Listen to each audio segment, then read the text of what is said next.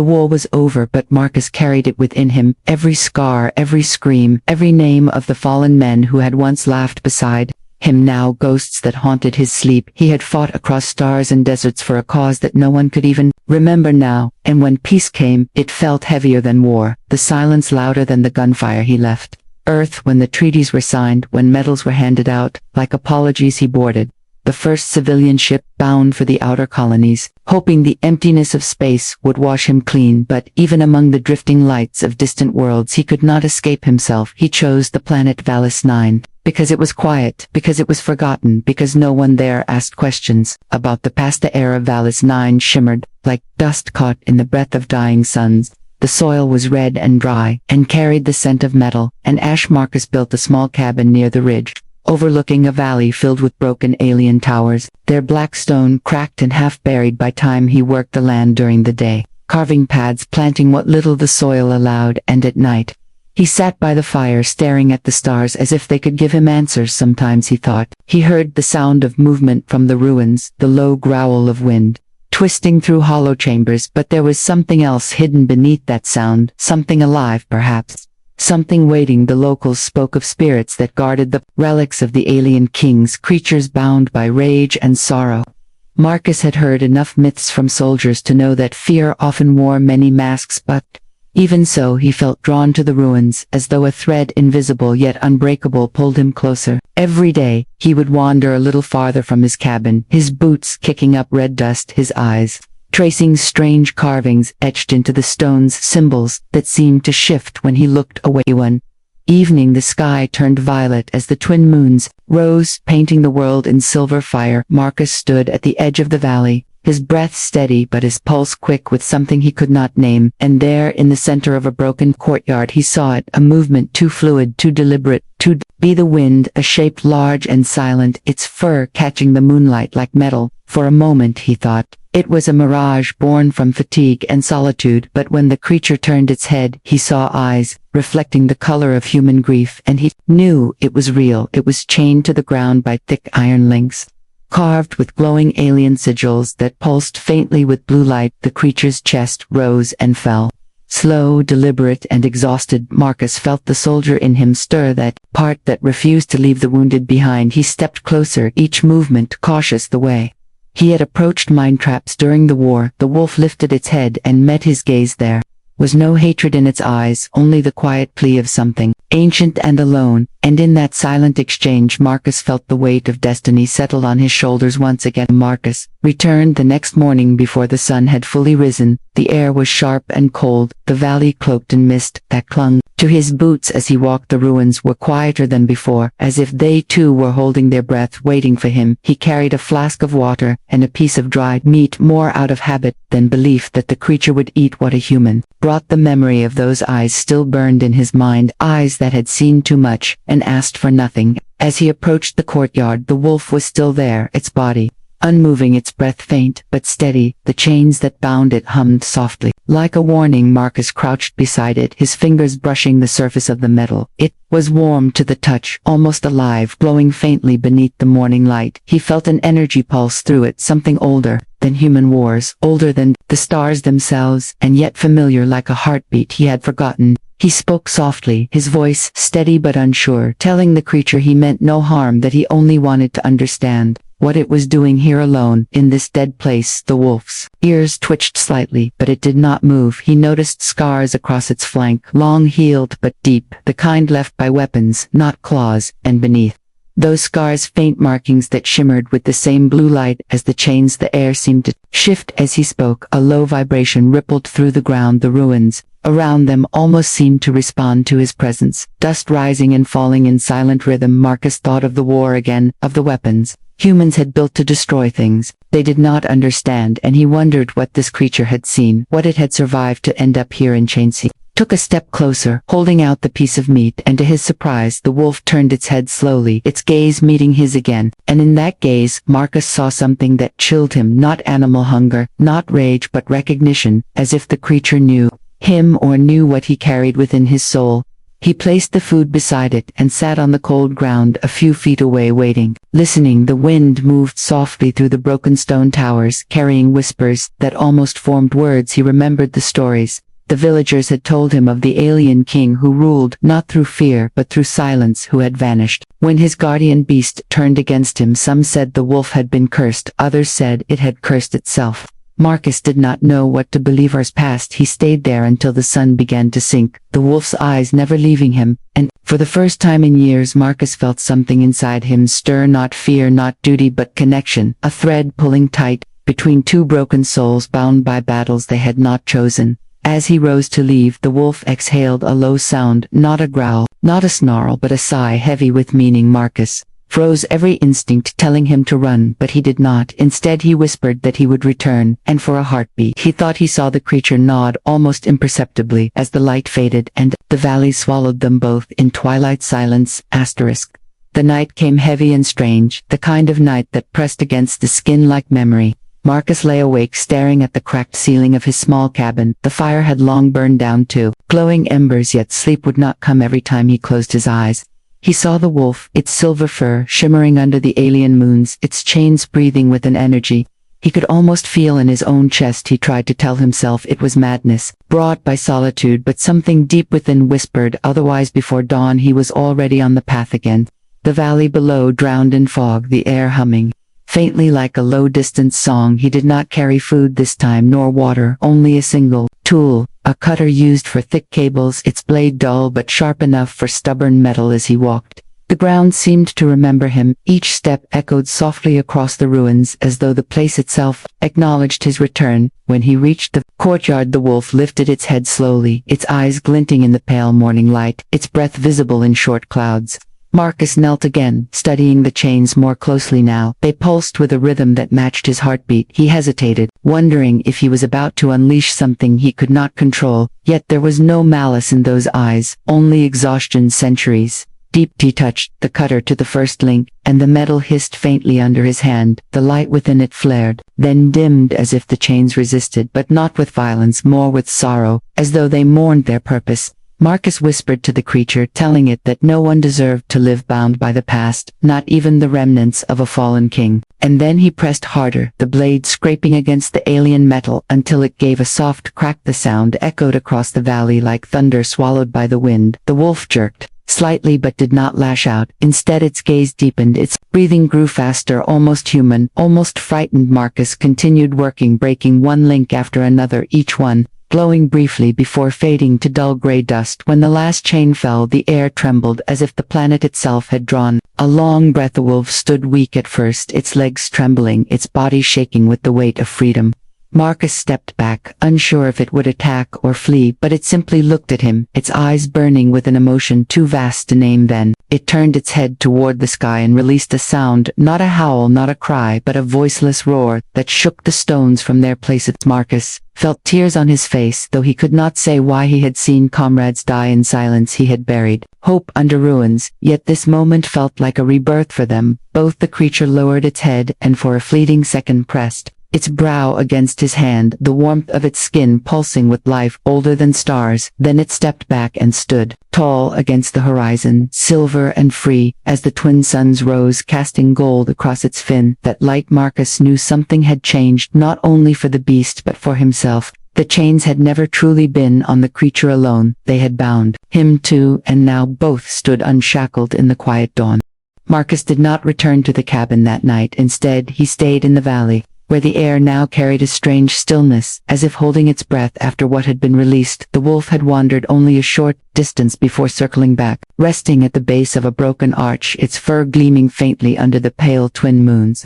Marcus watched from a distance, unsure whether to approach again or leave the creature to its freedom, yet something in its stillness invited him closer, not with fear but with understanding. He gathered dry branches and started a small fire, the flames flickering against the black stone walls, sending shadows dancing across the ruins. The wolf raised its head at the sound of the crackling wood, its golden eyes reflecting the light with the calm of an ancient being. Marcus spoke softly, not expecting a response, telling it How strange peace felt after years of war, how silence could sometimes feel heavier than explosions. He told it about the comrades, who had not returned, about the way their names still echoed in his dreams, and though he knew the wolf could not understand, he felt the burden inside him ease. Slightly hours passed, and the two remained there under the alien sky, the air cool and alive with the hum of unseen energy. The wolf rose, once circling the fire, its steps silent and measured before lying down close enough that Marcus could feel the heat of its body. It was the first warmth he had shared with another living thing since the war, and it reminded him that he was still human, still capable of trust. When dawn crept over the horizon, painting the ruins gold,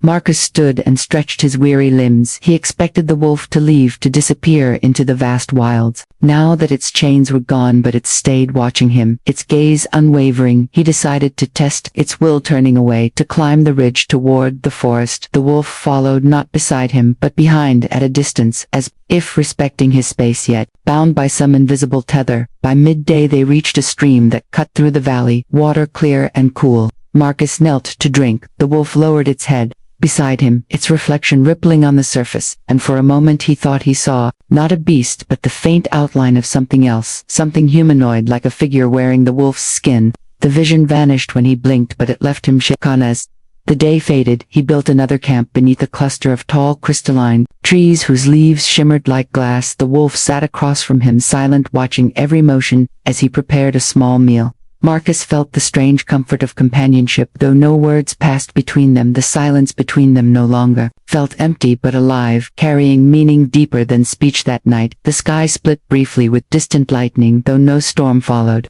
Marcus looked at the wolf and saw its fur bristle, its eyes reflecting the flicker of unseen power, and in that light he thought he saw a spark of awareness far beyond any animal. It was the look of someone waiting for the right moment to speak, and though Marcus did not yet know it, the silence between them was beginning to crack like the last chain that once bound them both. The days that followed passed in quiet rhythm, the man and the wolf moving together through the strange wilderness, as though they had walked those paths 100 times before. The air carried the scent of rain, though no clouds ever came, and sometimes at night Marcus would wake to the sound of the wolf pacing the edges of camp, its eyes glowing faintly in the dark like embers that refused to die. He felt no fear, only a deep sense of waiting, as if both of them stood on the edge of something vast and unseen. Each morning Marcus spoke aloud as he worked, mending his gear, gathering roots from the toil, telling the wolf stories from the war tales of comrades and victories that felt hollow. Now the wolf never looked away, listening in silence, its gaze steady and calm, the way a soldier listens to his commander.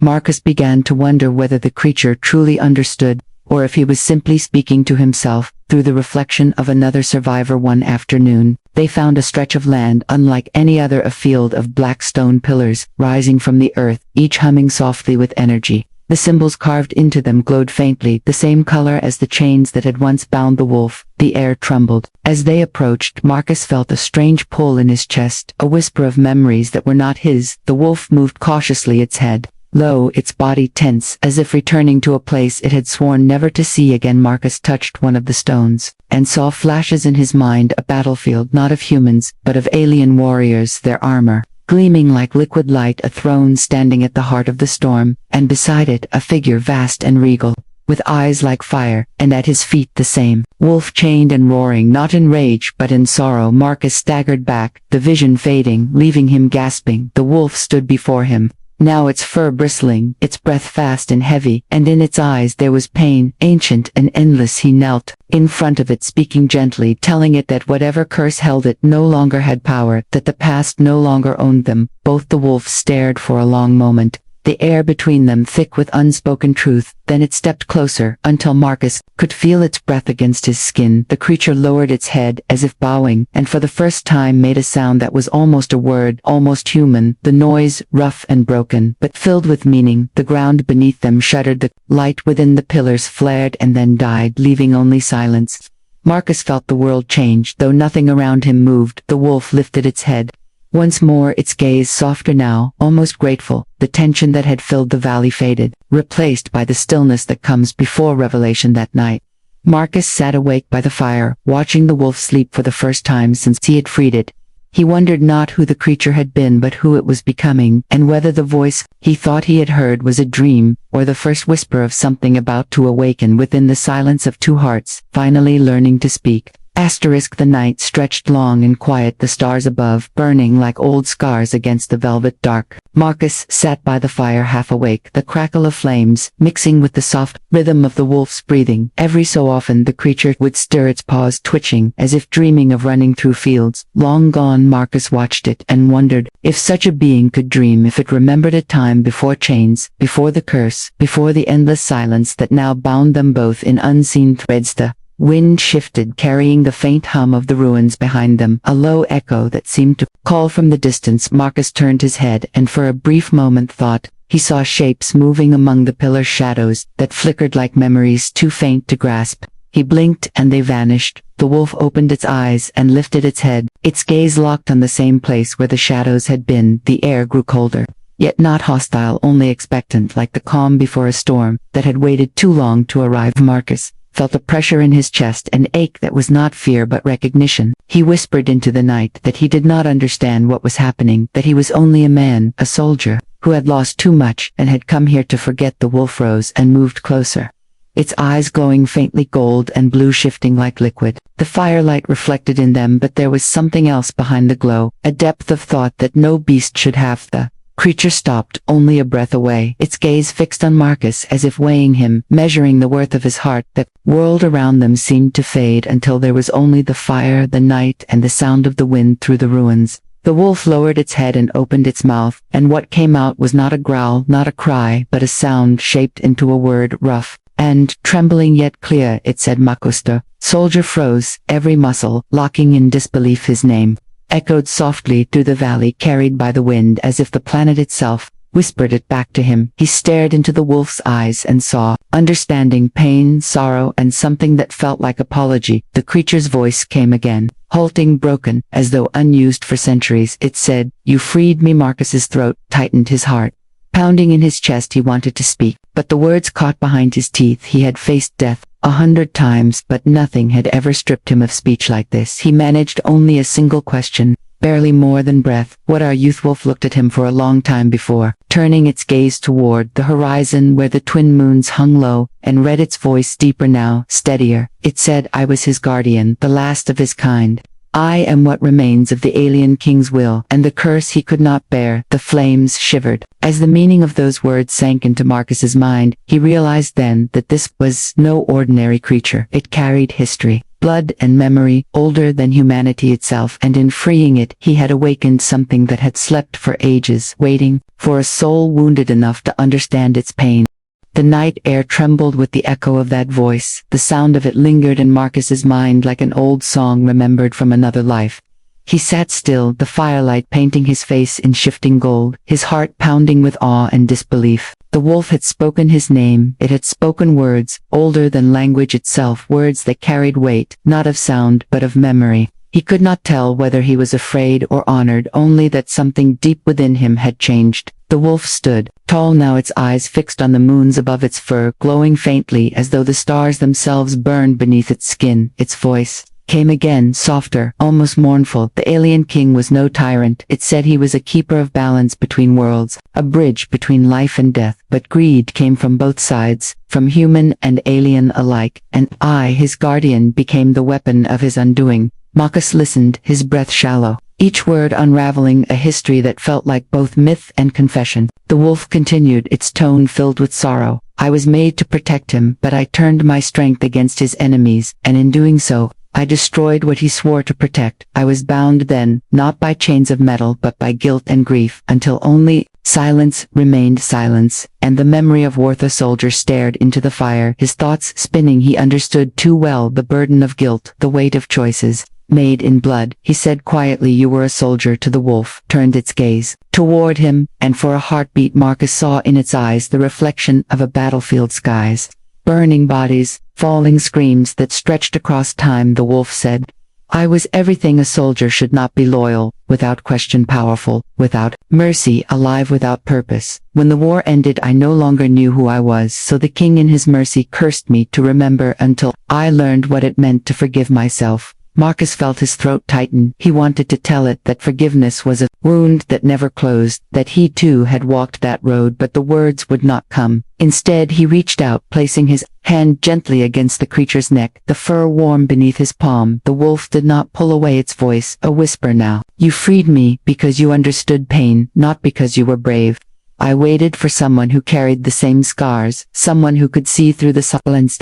Fire cracked a soft ember. Rising into the dark between them lay the quiet of recognition, not of men and beasts, but of two souls mirrored across the chasm of war. Marcus said then, almost to himself, maybe we are both cursed, maybe we are both trying to remember how to live. The wolf's eyes softened, and it answered, not cursed perhaps, only waiting. In that moment, Marcus felt the weight of countless battles lift from his shoulders, not gone but lighter, as though shared. He realized then that this was no chance meeting. It was a reckoning written across stars in silence, and as dawn crept across the horizon, the first light touched their faces, and neither spoke, for they both knew that words were no longer needed. The dawn came slow and soft, the sky bleeding gold over the broken ruins. The world felt reborn in that fragile light, and for the first time Marcus did not wake with the familiar ache of dread. The wolf stood a short distance away, watching the horizon, its fur rippling like liquid silver in the morning wind. Marcus rose, stretching the stiffness from his limbs, and felt something inside him settle, not peace exactly, but the quiet that follows after a long cry, the kind that empties the soul yet leaves it clean. They walked together through the valley, the ground wet with dew, their footsteps echoing faintly. The silence between them felt full, no longer heavy but alive, like an unspoken song. Marcus noticed details he had not before: the way the alien grass shimmered faintly with color when touched by light, the faint hum of energy beneath the soil, the pulse of a living world slowly waking from a long sleep. He wondered if freeing the wolf had somehow freed the planet too. As the day grew warmer, they came upon a ridge overlooking a plain of broken towers, the remnants of a city that must once have stretched across the horizon. Marcus paused, feeling the echo of old battles in the air. The wolf stood beside him, silent and solemn. The ruins below glimmered faintly with traces of power, long dormant. The soldier could almost hear the ghosts of the past whispering. Between the stones they descended slowly, moving through streets carved from black glass, buildings shattered yet beautiful, vines of crystal creeping across their surfaces. Marcus reached out, brushing one wall, and images flickered behind his eyes. Alien faces, proud and weary crowds gathering around the great king, the same creature he had seen in visions, his hand resting on the head of his guardian, the wolf before him.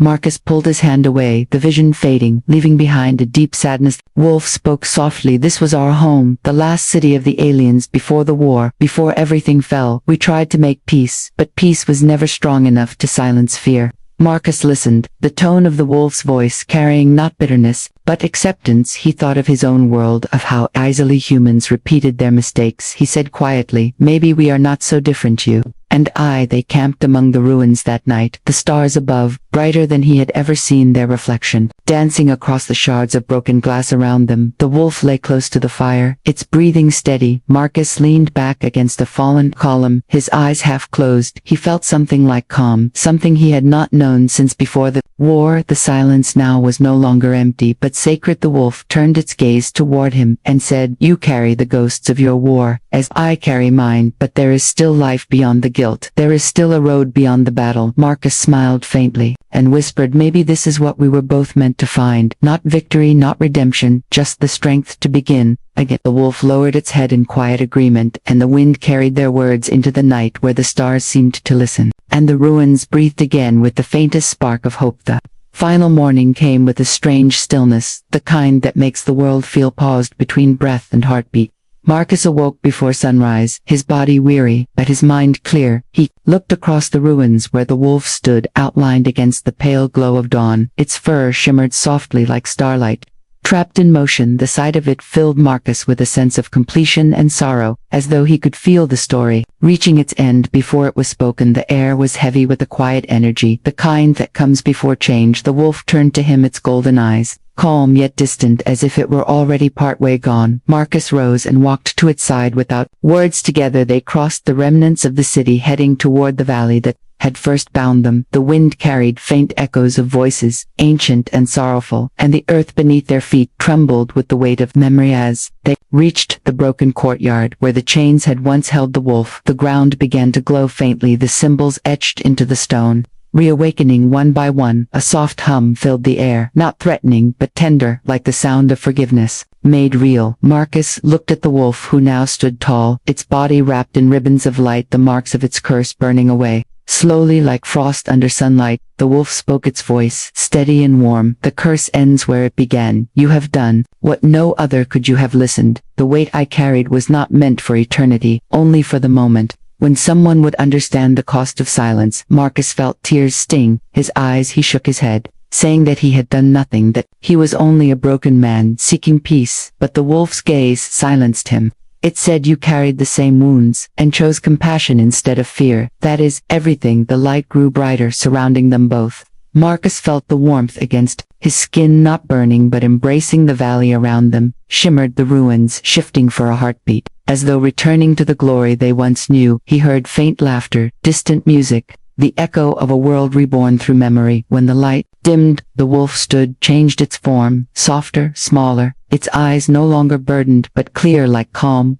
It stepped closer, pressing its head against Marcus's chest. He placed a hand on its neck, feeling its heartbeat strong and steady. The wolf whispered thank you, and then it turned, walking toward the horizon, its body fading into mist with each step until only light remained, drifting upward into the dawn. Marcus stood alone, the silence vast but no longer empty. The chains that had bound his soul had fallen away with the wolf. He looked to the sky where the two suns began to rise, their rays painting the valley gold and crimson. He breathed deeply, the air filled with life and promise. He whispered into the wind, goodbye, my friend. And the breeze answered softly, carrying his words beyond sight. He walked back toward his cabin, the path bright before him, his steps steady for the first time since the war, the weight of years lifting with every breath behind him. The ruins shimmered, faintly alive once more, and somewhere deep within the rhythm of the planet, the faint echo of a voice lingered, not in sorrow but in peace.